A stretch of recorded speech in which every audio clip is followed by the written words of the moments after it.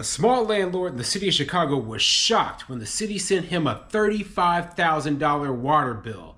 And rather than resolve the problem, they insisted that he sign up for a payment plan. I'm Tony, and this is Real Estate Investing and Landlord News. Alright, so I have an interesting article for you today. It's coming out of the city of Chicago, Illinois. Now, obviously, I don't talk about Chicago a lot because, you know what? Chicago is not a good place to be a landlord. And this story illustrates that fact to a T, okay? So a landlord was shocked when he saw that he had a $35,000 water bill. Now, I'm the kind of person who has encountered a very large, unusual water bill in one of my buildings before. And it was actually an issue with the tenant, not the city, like in this case. In my situation, the tenant had a water leak, specifically a running toilet that they had let run for an entire month. And so my water bill was quadruple what it normally is. So, you know, when I would see a water bill of about $300 a month. And in this particular month, I saw a bill of about $1,200. So I called up my property manager. They went down there, they discovered the issue. And you know what, it's funny to me that the tenant never reported it. They never reported that, hey, my toilet's been running for a month straight. Instead, the only way that I found out there was a problem was I had to literally send the property manager down there after receiving an outrageous bill. So in this case, this is a different kind of story, okay? We're talking about a landlord who was charged this $35,000 amount as an error by the city. And he called the city trying to correct the error. The city did not have a solution. Their solution was, well, here's our payment plan. You better get to pay it. Even though it was totally outrageous, even though, you know, nothing made any sense about the situation, they just did not take his word for it. They didn't send somebody back out there to inspect and try to help figure out what the problem was. So, you know what? This is ridiculous. This is absolutely ridiculous. This is why I don't like dealing with these big cities where the bureaucracy is impossible to manage, okay? So before I get into the article, go ahead, hit the like, subscribe button, maybe leave a comment down below. Let me know what you think. Excuse me, I'm getting over a cold right now. But let me know what you think.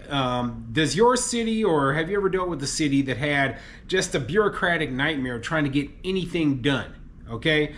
This sort of situation, it was exacerbated by the fact that the city is hard to deal with.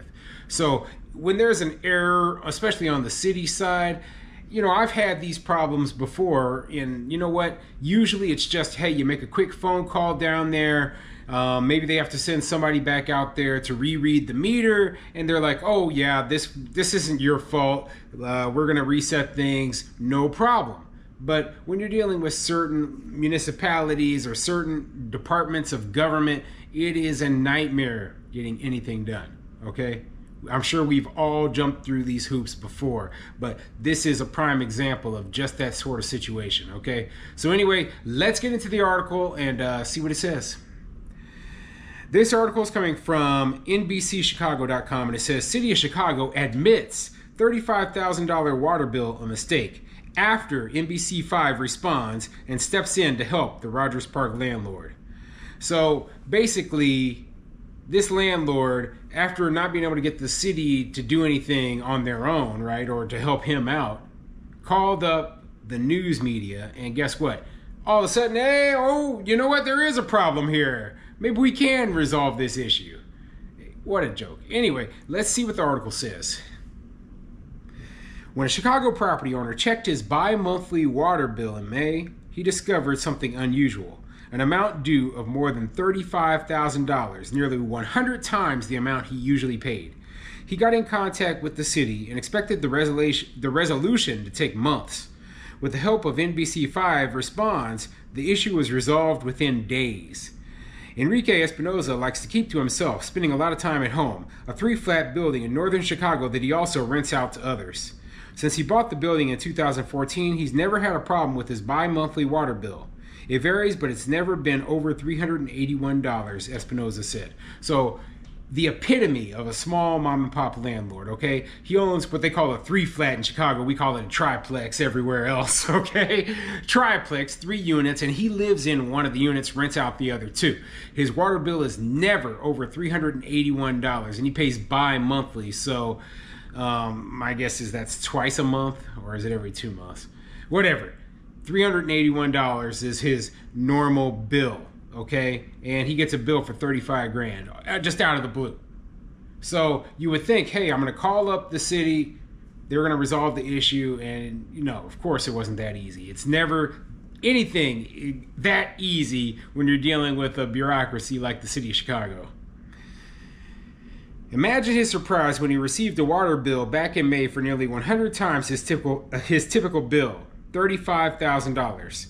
There had to be an error, Espinosa said. I went to check the meter, found that what the meter said was far lower, like 3,000 points lower than what the finance department was claiming. Espinosa contacted the city immediately, but he couldn't get anywhere. Instead of a resolution, he was forced to set up a payment plan. So yeah, a few years back, I remember here in Omaha, they went over to this, wireless meter reading thing. And I always wondered, hopefully everything is right with this. They're able to read the meter, and they are able to get an accurate reading every time, because I worry about situations like this happening. Now, I don't know what the city of Chicago is doing. I'm assuming that they have the wireless meter reading, and they don't actually have a person going out and physically reading the meters every single month like they did back in the old days. But who knows? Okay. Either way, they got it wrong. They got it wrong, and all it would take would be, like he said, he was able to go look at the meter himself and see the accurate information. Yet the city couldn't do that for him. They couldn't just go out there and double check, because it was 100 times higher, more than 100 times higher than his regular bill is. And they wouldn't go out there and just check it. Give me a break. We didn't have a choice in the matter, he said. We either pay or else. That's not a place where I wanted to be in, for my family to be in. And you can't blame him. Keep in mind that, okay, if he doesn't set up the payment, then what are they going to do? Are they going to put a lien on his property? Are they going to take his property away? Okay, that is worrisome. So you're sitting there and you're, between a rock and a hard place. What do you say? Do you say, okay, I am going to protest this. I'm not going to pay this bill. I'm not going to set up a payment plan. Or you set up the payment plan, then it never gets resolved, and then you're paying $35,000 to the city for water that you didn't use.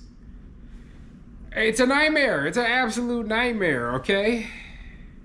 Sarah Moskowitz, the executive director at Chicago Citizens Utility Board, says Espinosa's unfortunate situation is not uncommon. Around half the calls that come into the Cubs hotline, she says, are related to skyrocketing bills.